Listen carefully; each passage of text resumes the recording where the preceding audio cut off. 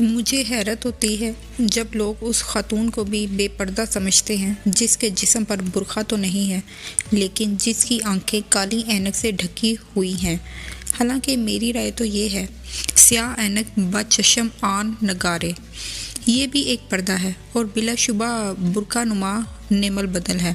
میں تو اس کے بغیر برقعے والی سیاہ اینک خاتون کو بھی اس خاتون سے زیادہ با پردہ سمجھتا ہوں جس کے جسم پر برقعے سے ڈھکا ہوا ہے لیکن جس نے اپنے چہرے پر نقاب الٹا رکھا ہو۔ میں اس عورت کے معاملے میں نہ تو بد نظر ہوں اور نہ ہی تنگ نظر، لیکن یہ ضرور کہوں گا کہ پردہ کا نظر سے بڑا تعلق ہے اور پردہ دراصل آنکھ کا ہوتا ہے۔ اگر عورت اور مرد بھی آنکھوں میں حیا کا پردہ موجود ہے تو عورت سر بازار بغیر برقعے کے بھی پردہ دار ہوتی ہے۔ ہاں، البتہ وہ عورتیں بالکل الٹ ہیں جن کی آنکھوں میں حیا کا پردہ ہے مگر منظر عام پر جن کے جسم پر سوئمنگ کا سوٹ اور نہانے کے مختلف ترین لباس ہیں۔ عورت کو پردے میں رکھنے کا رواج دراصل اس لیے شروع ہوا کہ نہ تو عورت کو غیر مرد دیکھ سکے اور نہ ہی غیر مرد عورتوں کو دیکھ سکے اور نہ ہی غیر عورت مرد کو دیکھ سکے۔ گویا پہلی شرط عورت کو نہ دیکھنے کی ہے اور دیکھا صرف آنکھوں سے جاتا ہے۔ یہ بات تو ایک جاہل سے جاہل آدمی کو بھی معلوم ہے کہ عورت اور مرد کے درمیان پہلی گڑبڑ آنکھوں کے راستے ہی شروع ہوتی ہیں۔ آنکھیں چار ہونا، آنکھیں ملانا یا آنکھیں لڑانا، ساری گڑبڑ کی شروعات ہی یہیں سے ہوتی ہیں۔ اسی بات کو کسی شاعر نے کیا خوب کہا ہے، آنکھوں کا تھا قصور، چھری دل پر چل گئی۔ میں یہ جانتا ہوں کہ محبت اندھی ہوتی ہے لیکن میں یہ ماننے کے لیے بالکل بھی تیار نہیں کہ محبت کرنے والے بھی اندھے ہوتے ہیں۔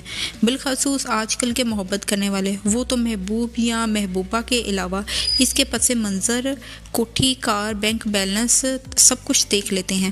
اسی لیے میں کہتا ہوں کہ پردہ صرف آنکھوں تک محدود ہے۔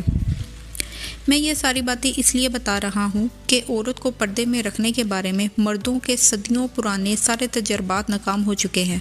وہ عورت جس کو کسی زمانے میں سوائے شوہر، باپ، بھائیوں اور خواجہ سیرا کے کوئی نہیں دیکھتا تھا، آج وہی عورت کھلے بالوں میں روڈ سے گزرتی ہے۔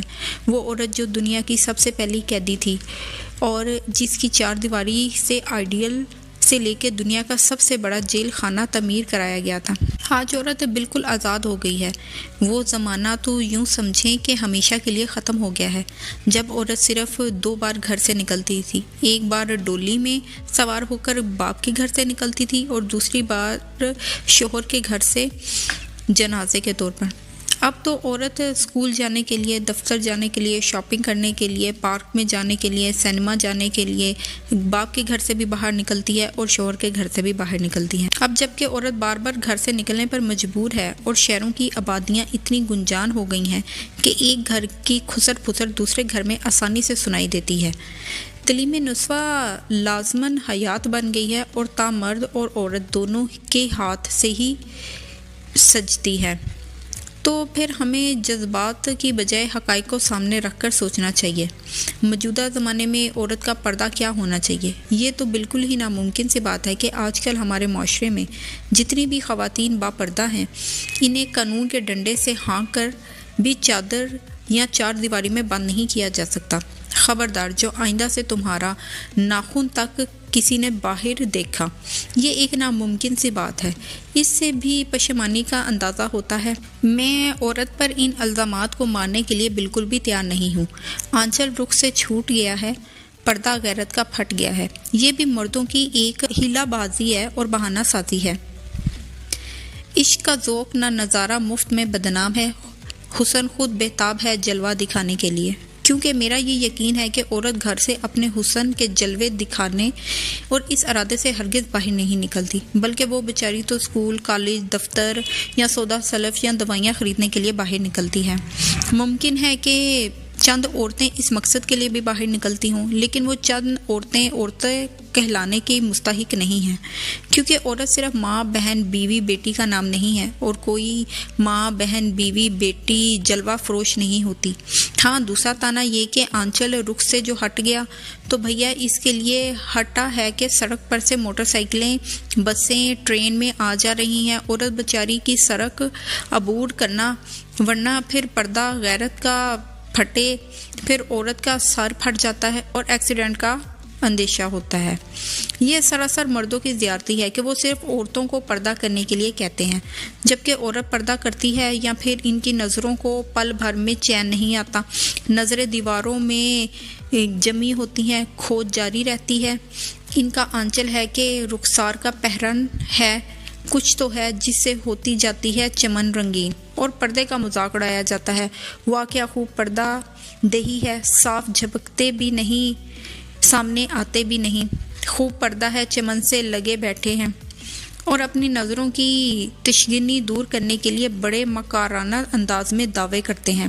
پردہ نشین جو تم ہو آنکھوں میں آ کر بیٹھو، آنکھوں پہ چھوڑ دیں گے پلکوں کی اپنی چمنیں۔ میں نے نیا زمانہ، موجودہ ماحول اور پردے کے موضوع پر جذبات کو الگ اور صرف حقائق کو پیش نظر رکھ کر بڑا غور و فکر کیا ہے تو ایک حل نکالا ہے جو کہ عوام الناس بلکہ طبقہ، ہر قسم کے طبقے کے لیے میں فلاح پیش کرتا ہوں۔ عورت کے پردے سے زیادہ مرد کی آنکھوں میں حیا کا پردہ ضروری ہے۔ اگر مرد کی آنکھ میں حیا کا پردہ گر جائے، مرد اپنی نظر صاف رکھے اور ہر عورت کو یہ سمجھ کر دیکھے کہ وہ اس کی ماں، بہن، بیوی یا بیٹی ہے، تو پھر نہ صرف پردے کی، رواجی پردے کی ضرورت پڑے گی اور نہ کسی قسم کا گنڈا ایکٹ کی۔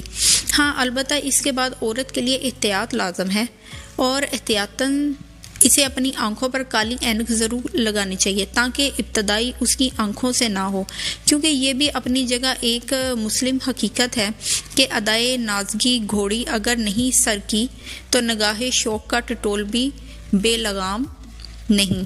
امید ہے کہ عقل مندوں کے لیے یہ اشارہ بڑا کافی ہے۔ اب عورت گھونگھٹ ہٹائے یا گھونگھٹ نکالے، میں تو یہی کہوں گا گھونگھٹ الٹا دیا جائے، عروس کے خیال کا، ہر سمت جلوائے ہائے معافی کی سیر کر۔